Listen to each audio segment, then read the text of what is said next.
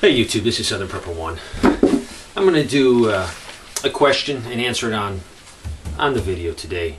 I get a lot of questions, so I'm going to start doing more answering questions, because what happens is I answer a question and then a day or 2 days later I get numerous more and that's very closely related to it or the exact same question. So what I'm going to do is just answer a few, so it will help. This is a very good question, and I'm going to lean it over into another area that I've been wanting to talk about, just with some of my real-world experience. This is a question, and this question was posted on the front of my page, so it's public knowledge. Bill Rusty Pickles is his name.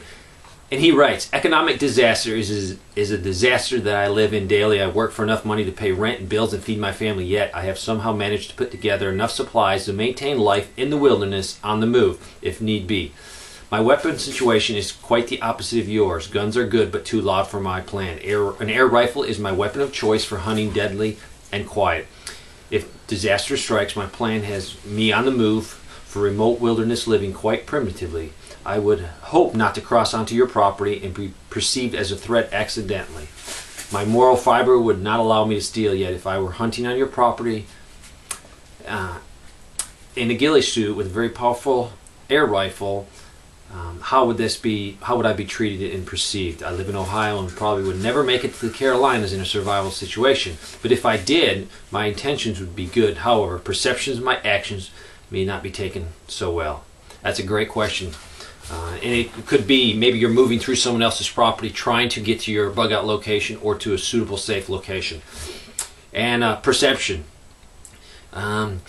How are you moving? This guy, if he was actually trying to hunt to get some small game to feed his family or feed himself, he could be going very tactically. He could be crawling, he could be moving. If he's in a ghillie suit, he has a huge advantage because he might not be seen. But if he is seen, somebody might instantly think, oh, this guy's a threat, man. We got snipers moving against our position. So, it's a great question. What I want to talk about is knowing someone's intent. You might see somebody out there, and this gets back to real world experiences that I've gotten that I wish I never had gotten, but I have, working for Uncle Sam. You could be Iraq, Afghanistan, any third world country, and you see something.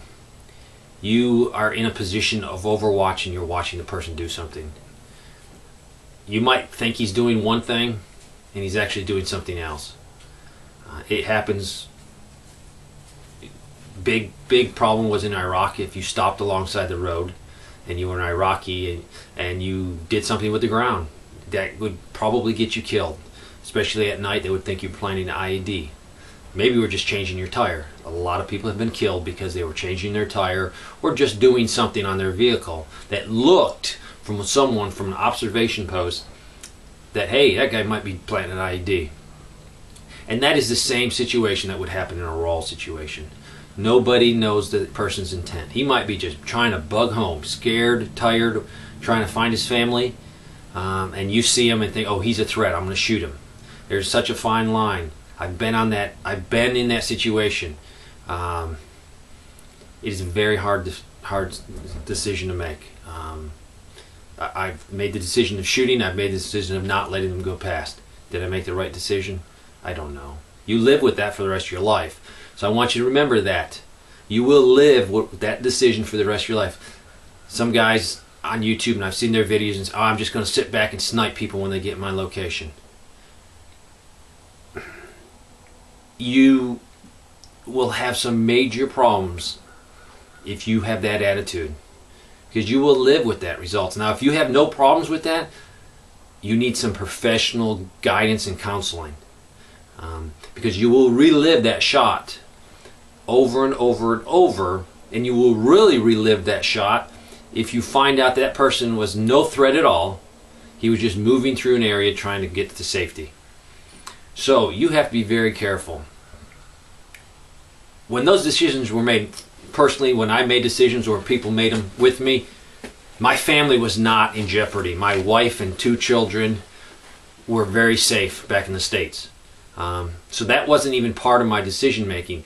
The only thing was my guys, my friends, my buddies, guys that were under me, guys that are over me.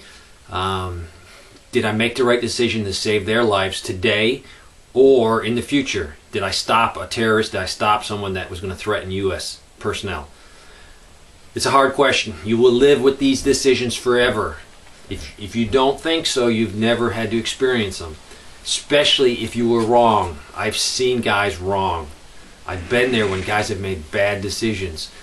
Under that few little second window to shoot and no shoot, they have shot. We have later seen, hey, that probably wasn't the best shot by being a Monday day quarterback and looking back at it. But under the situation, hey, it was done, and they tried to do the right decisions. I have met guys in the military that have shot and they shoot too quick. I've seen it. I don't know if they're scared.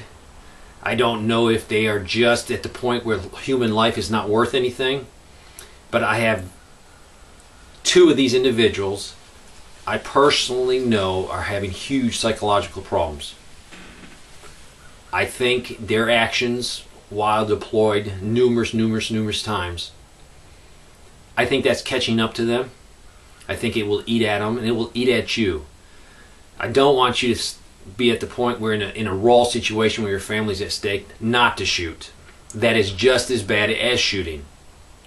But I think maybe doing everything in your power to let that person pass if he's not a threat to you. Don't box someone in.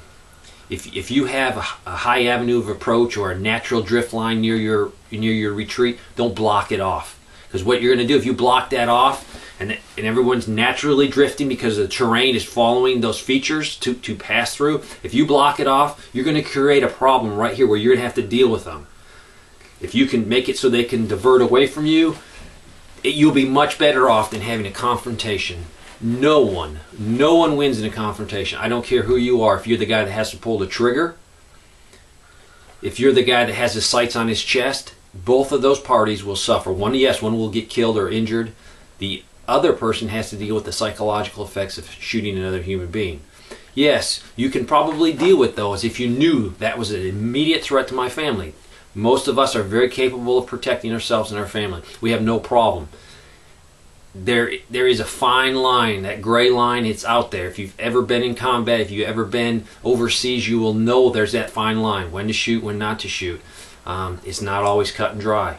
So do not put yourself in a position where you have all these confrontations with people because of your security posture, your security apparatus, your security perimeter keeps making a roadblock where you have to confront people. So if you can make it where people can skirt around you, not bother you, you're much better. You also might want to mark certain areas of your territory or your property so people know, hey, this isn't just not woods. Guess what? You're about ready to come up onto my house. Maybe a few no trespassing signs. If I was going through the woods in a raw situation, I see some trespassing signs and I think there's a house up there, I'm not looking for trouble. I'm looking for my family, or I'm trying to get to my bug out location. I'm going to skirt around that area. If I skirt around that area, we're all better off. No confrontations. So, back to the original question. The guy's hunting. He's coming in contact with me. I'm just going to observe him. I'm going to see what he's doing. And this gets back to experience. Years and years and years of experience of observing people, observing real bad guys doing real bad things. It's not something I can just share with you. I wish I could say, here, this is the formula to tell if a guy is bad or if a guy's just passing through. It's going to come down to personal experience, what you know, what you observe, and you just got to do your best. If someone comes through my area hunting, I'm definitely not going to have a confrontation with them. Confrontations are bad for everyone. Would I help this guy if I could? I would help any human. If that person needs help, I will help anyone if it doesn't jeopardize my own safety or my family. So, buddy, if you're ever moving through here and you're hungry, don't worry about hunting. Just stop in and say something, and I will do my best to take care of you. But make sure while you're traveling through someone else's property, don't look hostile, don't look aggressive, but also make sure you're going to also run into people that are bad. That doesn't care what you're doing, they're going to take advantage of you. I feel this video is a little confusing. Just trying to give you a little insight. There's a gray line. shoot, don't shoot. I don't have the answers. Hopefully I didn't confuse you. Thanks for watching.